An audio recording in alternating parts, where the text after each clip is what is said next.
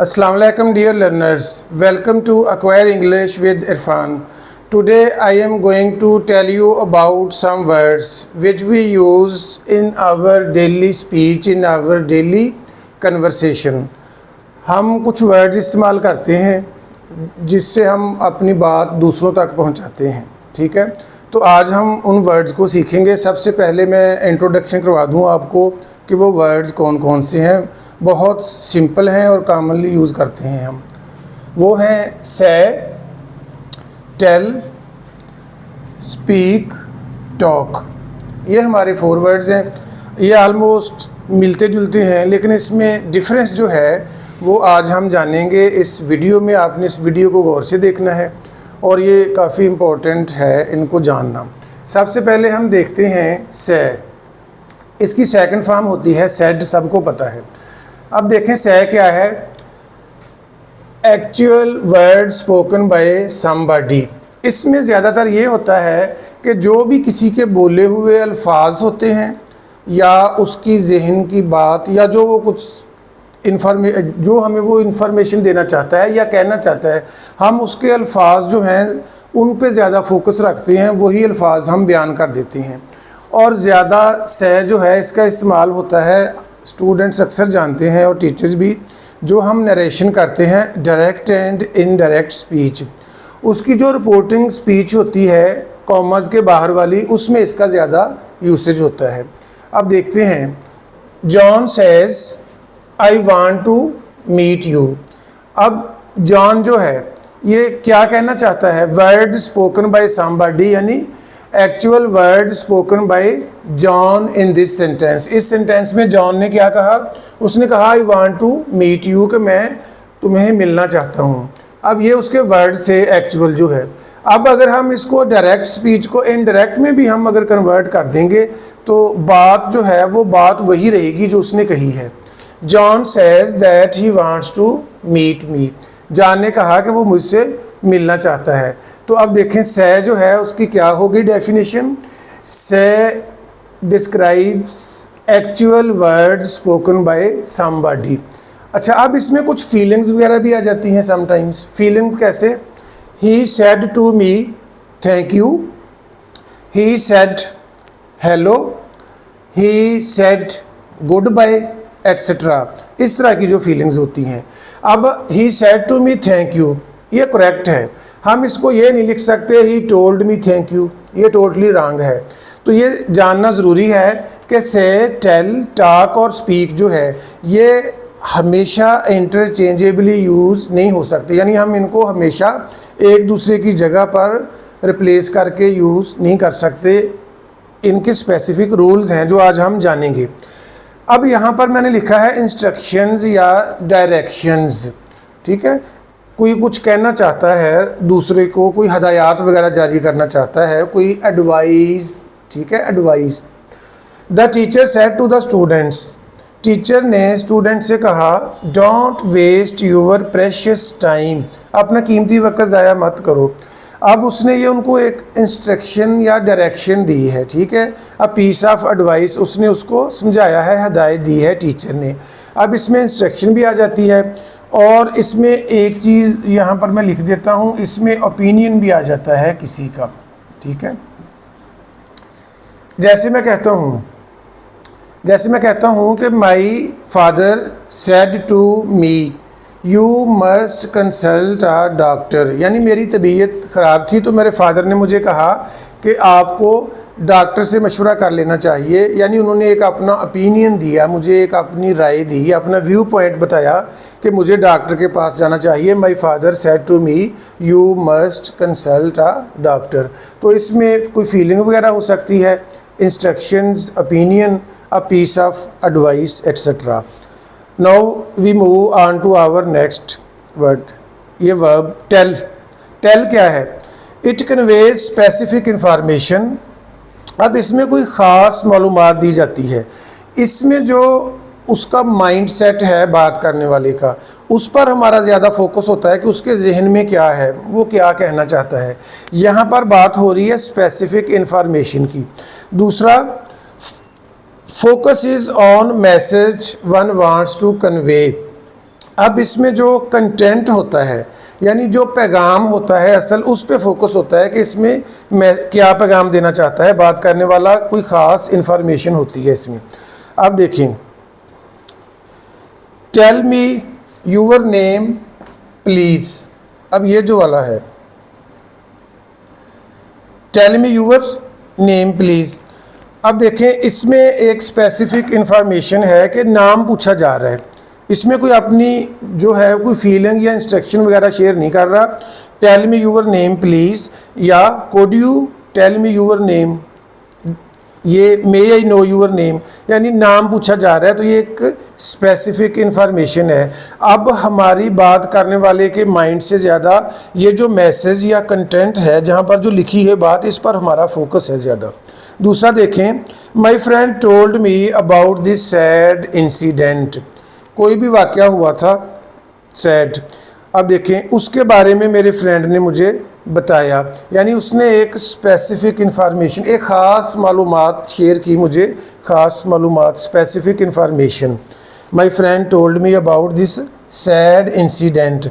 अब इसमें जो इम्पोर्टेंट सबसे ज़्यादा चीज़ है वो है सैड इंसिडेंट, इसीलिए मैंने कहा कि स्पेसिफिक इंफॉर्मेशन होती है इसमें कोई ख़ास, और उसके साथ साथ इसमें एक पैगाम दिया जाता है। वो वर्ड्स जो हैं वो बहुत इंपॉर्टेंट होते हैं जो इस्तेमाल होते हैं इसमें।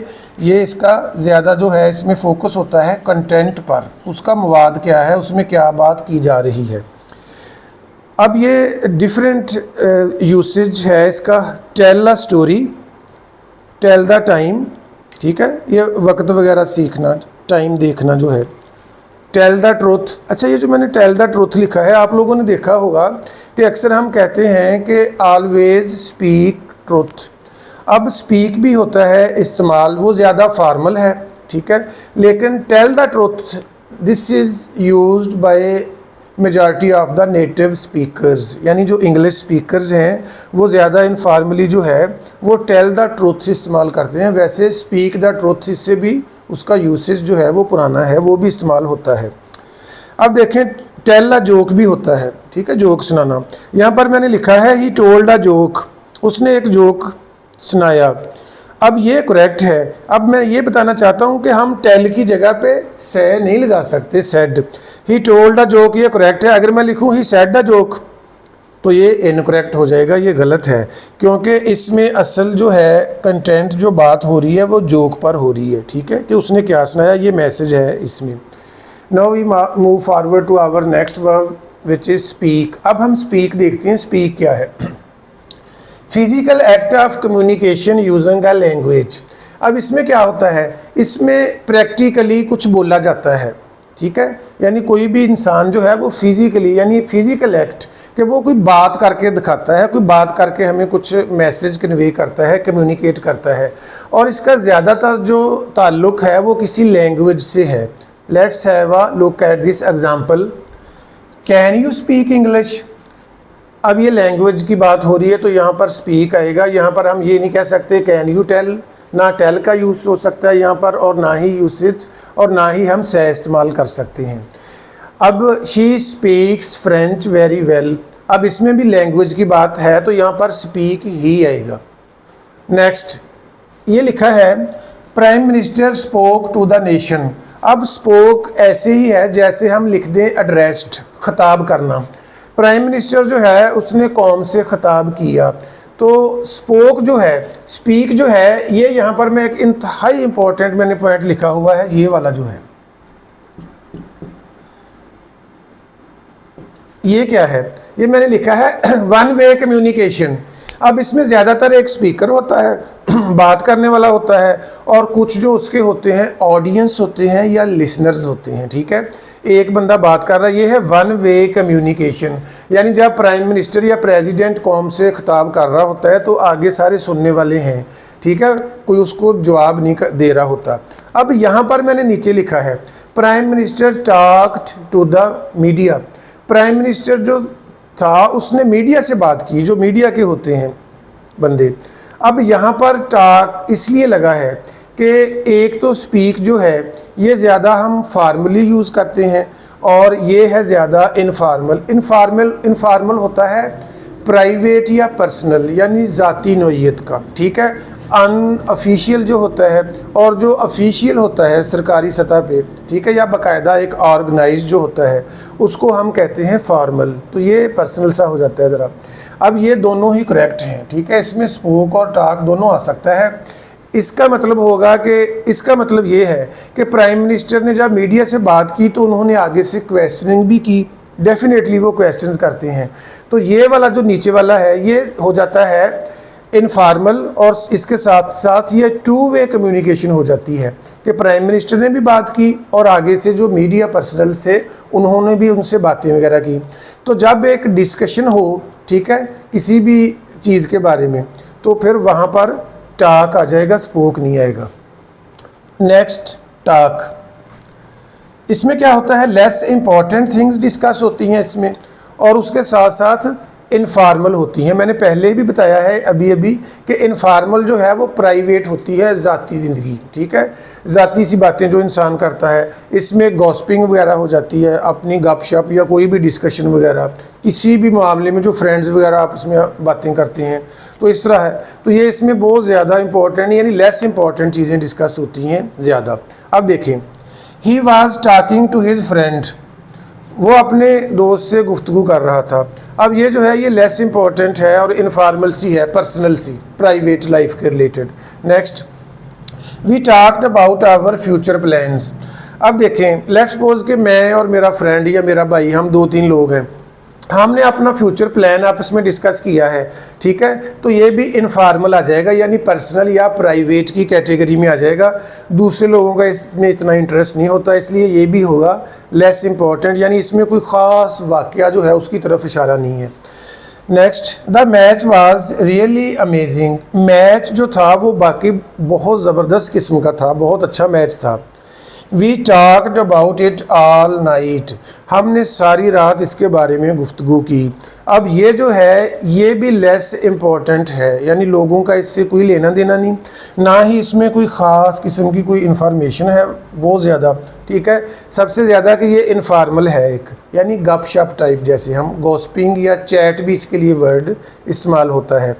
अच्छा, अब इसमें what's the difference between talk and speak, ये मैंने आपको बताया वन वे कम्युनिकेशन होती है, ठीक है, और जो टॉक है, टॉक ये टू वे कम्युनिकेशन है। इसमें क्या होता है कि अगर एक बंदा बात कर रहा हो तो दूसरा भी कर रहा होता है, ठीक है। अब देखें, he was talking to his friend, इसमें एक ही था और एक हिज फ्रेंड, अब 2 लोग थे ये जो बात कर रहे थे, ये टू वे कम्युनिकेशन या कन्वर्सेशन हो गई। दूसरा, the match was really amazing, we talked about it all night, हमने सारी रात मैच के बारे में बात की। अब ये जो गुफ्तगू है ये इसमें इस तरह नहीं हो सकता कि एक बंदा बात कर रहा है और दूसरा कोई सुन रहा है या ज़्यादा सुन रहे हैं, ठीक है। टॉक से मुराद है डिस्कस्ड, तो ये इसमें ज़्यादा डिस्कशन वगैरह होती है। इसमें टू वे कम्युनिकेशन है, यानी सुनने वाले बोलने वाले दोनों ही हैं। इसमें ये नहीं है कि एक जो सुन रहा है वो चुप करके सुन रहा है, इसमें वो बात भी कर रहा है, ठीक है। तो I think all the learners have enjoyed a lot. I selected this different and unique topic for you. In future I will also keep selecting and choosing different topics in English for you, I just want you to improve your English. Okay, लेकिन सबसे ज़्यादा जो ज़रूरी है कि जो फजूल चीज़ें होती हैं उसकी तरफ इंसान का बहुत जल्दी से चला जाता है माइंड। जैसे आजकल जो यंगस्टर हैं वो टिकटॉक वगैरह पे और फजूल वीडियोस जो बिल्कुल जिनका उनके फ्यूचर से या उनकी लाइफ से कोई रिलेशन नहीं है वो सुनते रहते हैं, वो फजूल किस्म की जो यूज़लेस हैं टोटली, ठीक है। और ये जो इस तरह की चीज़ें हैं ये ज़्यादा मुश्किल होती हैं, ठीक है। अगर कोई चाहे तो 3 घंटे की वो मूवी देख सकता है, लेकिन ये 8 to 10 मिनट्स का लेक्चर जो है डिफ़िकल्ट लगता है, ठीक है।